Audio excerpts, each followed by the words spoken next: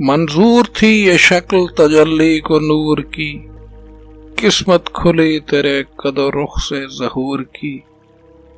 شعر کے تمام مطالب تو بالکل واضح ہیں، اگر کسی کے لیے کچھ ابہام ہے تو وہ اس شعر کے پس منظر کا ہے، جس کا سبب چند حقائق سے لا علمی ہے۔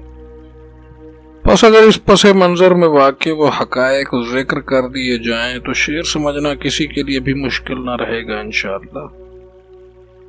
اس حقیقت کی طرف لے جانے والا سوال صورت رستہ بھی ہمیں اسی شعر ہی سے مل رہا ہے۔ وہ سوال ہے کہ اس ظہور کی صورت میں قد و رخ کی قسمت کھلنے سے پہلے اور تجلی کو نور کی یہ شکل منظور ہونے سے پہلے کیا صورتحال تھی؟ جواب بہت سادہ سا، قد و رخ اگرچہ استعارے ہیں لیکن ان کی زد میں آنے والی ہر شے کو اپنے ظہور و اظہار کے لیے ڈائمینشنز کی ضرورت ہے۔ تب نہ ڈائمینشنز تھیں، نہ وقت تھا، نہ مخلوق میں سے کچھ تھا، صرف ذات خداوندی اپنی شان کے مطابق جلوہ گر ہے۔ اسی جواب سے ایک اور سوال پیدا ہوا، جب ظہور کی بنیادی اکائیاں بھی نہ تھیں، مخلوق کی موجودگی کا تو ذکر ہی کیا، اس عالم کی خبر ہم تک کیسے پہنچی؟ کیونکہ ہم میں سے کوئی بھی اس عالم کا شاہد ہونے کا دعویٰ نہیں کر سکتا۔ اس کا جواب ہے کہ ہم تک یہ خبر ایک حدیث قدسی کے ذریعے پہنچی، کنت کنزا مخفیا الاخر۔ اس حدیث سے ہمیں معلوم ہوا کہ اس عالم میں بقول اسی کے وہ تجلیات و انوار جلالت والاکرام کا ایک پوشیدہ خزانہ تھا۔ اس نے پسند فرمایا کہ وہ پہچانا جائے، پس پہچانے جانے کی یہ تمنا وہ نقطہ آغاز ہوئی۔ اسی تمنا کا غالب نے ذکر کیا ہے کہاں تمنا کا دوسرا قدم یا رب، ہم نے دشت امکان کو ایک نقش پا پایا۔ دھیان دیجئے، یہ تمنا اللہ سے نسبت ضرور رکھتی ہے لیکن یہ تمنا اللہ نہیں ہے۔ اللہ کی شان اس سے بہت بڑی ہے۔ یہ لفظ بہت چھوٹا فریم ہے۔ ہماری مجبوری ہے کہ ہم نے اپنے دائرے کے مطابق ہی تصور کرنا ہے، لہذا سمجھنے کی کوشش کیجئے کہ جیسے سمندر میں سے مرتفع ہونے والا ایک قطرہ، ایک بخاریہ یا ایک بلبلہ پورا سمندر نہیں ہوتے، اسی طرح اللہ تعالیٰ کے انوار و تجلیات جن کا شمار بس وہی جانتا ہے، ان میں سے یہ ایک تجلی بھی ہے جسے غالب نے حدیث قدسی کی سند سے تمنا کا نام دیا ہے۔ سورج کی کچھ صفات اس کی ایک شعاع میں ہوتی ہیں، ان چند صفات سے متصف ہونے کے باوجود کوئی مبالغہ باز اس کرن کو سورج نہیں سمجھتا۔ درخت کے سینکڑوں پھلوں میں سے ہر ایک پھل میں بننے والے 4-5 بیجوں میں سے ایک بیج کے اندر بھی اس درخت یا پودے کی چند بنیادی صفات موجود ہوتی ہیں، پھر بھی کوئی مبالغہ باز اس ایک بیج کو پودا یا درخت نہیں کہتا، چاہے اس بیج سے ایک اور پودا یا درخت اگائے، پھر پولینیشن در پولینیشن کے عمل سے اس ایک بیج سے کروڑوں بیج بنے اور تقسیم در تقسیم عمل سے وسیع جنگل اگا لیں، یہ سب اس بنیادی درخت سے الگ نام اور وجود رکھتے ہیں۔ بالفرض اس عمل کو ریورس بھی کر لیا جائے تو اس عمل کا آخری پڑاؤ وہ بنیادی بیج ہی ہوگا جو اپنے مبدا سے الگ ہوا تھا۔ حقیقی اہل وحدت الوجود کے افکار و کلام کا مطالعہ کرنے والے یہ حقیقت جانتے ہیں کہ ان کا آخری پڑاؤ اس نقش پا پہ ہے جو تمنا تخلیق کے قدم سے وجود میں آیا تھا، جبکہ جن لوگوں نے پطرس کے مضمون مرحوم کی یاد میں کہ ایک کردار خدا بخش کی طرح ان ابحاث کو دور سے یوں دیکھا ہو جیسے بو سونگ رہے ہوں، تو ان مبالغہ بازوں سے اللہ ہی پناہ دے۔ واضح رہے انسان یا کوئی بھی مخلوق جس قدر بھی صعود کر لے اس کا آخری اسٹیشن یہی تمنا ہے۔ اس معاملے میں بھی اضافت ہے، ہر مخلوق کی سدرۃ المنتہا بھی درجہ بدرجہ ہے، جبرائیل علیہ السلام جیسے مقرب فرشتے کی بھی بہرحال ایک حد ہے، وہ اس مقام سے یک سر منہ بھی تجاوز کریں تو سوختہ ہو جائیں۔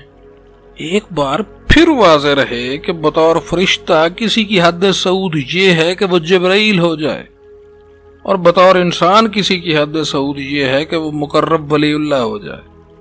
اولیاء سے بلند درجہ صحابہ کرام کا ہے، وہ چنیدہ جماعت ہے، صحابہ کرام سے بلند درجہ جماعت انبیاء کا ہے۔ بس جیسے کوئی انسان اپنی کوشش سے صحابی نہیں بن سکتا، اسی طرح کوئی بھی انسان اپنی کوشش سے نبی یا رسول نہیں ہو سکتا، انبیاء بھی چنیدہ ہوتے ہیں۔ پھر جماعت انبیاء میں بھی درجات ہیں۔ ہر نبی اور رسول کے قرب کی بہرحال ایک حد ہے۔ کوئی بھی نبی یا رسول اپنی کوشش سے حضور نبی کریم صلی اللہ علیہ وآلہ وسلم کے مقام کو نہیں پہنچ سکتا، کیونکہ وہ بھی چنیدہ ہیں، اور حضور نبی کریم صلی اللہ علیہ وسلم کو بارگاہ خداوندی میں کتنا قرب حاصل ہے، یہ اللہ اور ان کا آپسی معاملہ ہے، وہی جانے۔ یہ ساری بات غالب نے 2 مصروں میں سمیٹ دی ہے کہ جب اللہ نے پسند فرمایا کہ وہ پہچانا جائے تو اس کی ایک تجلی، جسے ہم نے اپنے سمجھنے کی آسانی کی خاطر مختلف زبانوں اور مختلف نظام ہائے فکر میں مختلف نام دیے ہیں، اس تجلی نے نور کی جو شکل اپنے لیے پسند کی، اس سے ظہور کی قسمت کھلی۔ حضرت حسان بن ثابت رضی اللہ تعالیٰ عنہ نے بارگاہ رسالت میں قصیدہ پڑھا، جس کے ایک شعر کا مفہوم ہے: آپ صلی اللہ علیہ وآلہ وسلم کو آپ کے رب نے ایسا بنایا جیسا خود آپ نے چاہا، اور اس شعر پر حضور نے انہیں نہ ٹوکا نہ تردید فرمائی۔ غالب نے حضرت حسان بن ثابت رضی اللہ تعالیٰ عنہ کی سند سے وہی حقیقت اردو میں بیان کی: منظور تھی یہ شکل تجلی کو نور کی۔ اس کی مزید وضاحت میں حضرت جابر بن عبداللہ رضی اللہ تعالیٰ عنہ سے روایت شدہ ایک حدیث شریف ملاحظہ کریں۔ اس کا ترجمہ ہے کہ میں نے عرض کیا: یا رسول اللہ، میرے ماں باپ آپ پر قربان، مجھے بتائیے کہ اللہ نے سب سے پہلے کیا چیز پیدا فرمائی؟ نبی کریم صلی اللہ علیہ وسلم نے فرمایا: اے جابر، بے شک اللہ تعالیٰ نے تمام مخلوق سے پہلے تیرے نبی کا نور اپنے نور سے پیدا فرمایا، پھر وہ نور مشیت ازدی کے مطابق جہاں چاہتا سیر کرتا رہا۔ اس وقت نہ لوح تھی، نہ قلم، نہ جنت تھی، نہ دوزخ، نہ فرشتہ تھا، نہ آسمان، نہ زمین، نہ سورج تھا، نہ چاند، نہ جن اور انسان تھے۔ جب اللہ تعالیٰ نے ارادہ فرمایا کہ مخلوقات کو پیدا کرے تو اس نور کو 4 حصوں میں تقسیم کر دیا۔ پہلے حصے سے قلم بنایا، دوسرے سے لوح اور تیسرے سے عرش، پھر چوتھے حصے کو 4 حصوں میں تقسیم کیا تو پہلے حصے سے عرش بردار فرشتے بنائے، اور دوسرے سے کرسی، اور تیسرے سے باقی فرشتے، پھر چوتھے کو مزید 4 حصوں میں تقسیم کیا تو پہلے سے آسمان بنایا، دوسرے سے زمین، اور تیسرے حصے سے جنت اور دوزخ۔ یہاں تک بات واضح ہو چکی ہے۔ البتہ بعض احتیاط پسند اور غالب کی غالبیت سے لا علم دوستوں کی تسلی کے لیے کہ یہ شعر لکھتے وقت غالب کے ذہن میں بھی ان الفاظ سے یہی مراد تھی، غالب ہی کا کلام سند میں پیش ہے۔ فرماتے ہیں: جلوہ اول کے حق برخیش کرد، جلوہ اول کے حق برخیش کرد، مشعل ازو نور محمد پیش کرد۔ وہ پہلا جلوہ جو اللہ نے اپنے آپ پر تجلی فرمایا، اس سے نور محمد کی مشعل مارز وجود میں آئی۔ شد عیاں زیا نور در بزم ظہور، ہرچ پنہاں بود از نزدیک و دور۔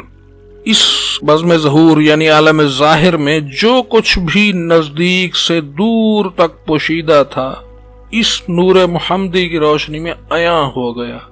نور حق است احمد واللمان نور، انبیاء و اولیاء دارت ظہور۔ حضور نبی کریم صلی اللہ علیہ وسلم نور حق ہیں، اور دیگر انبیاء و اولیاء اس نور محمدی سے ظہور میں آنے والی کرنیں ہیں۔ اللہ تعالی ہمیں غور و فکر کرنے اور سمجھنے کی توفیق عطا فرمائے۔ سلام بر غالب، سلام بر غالبان۔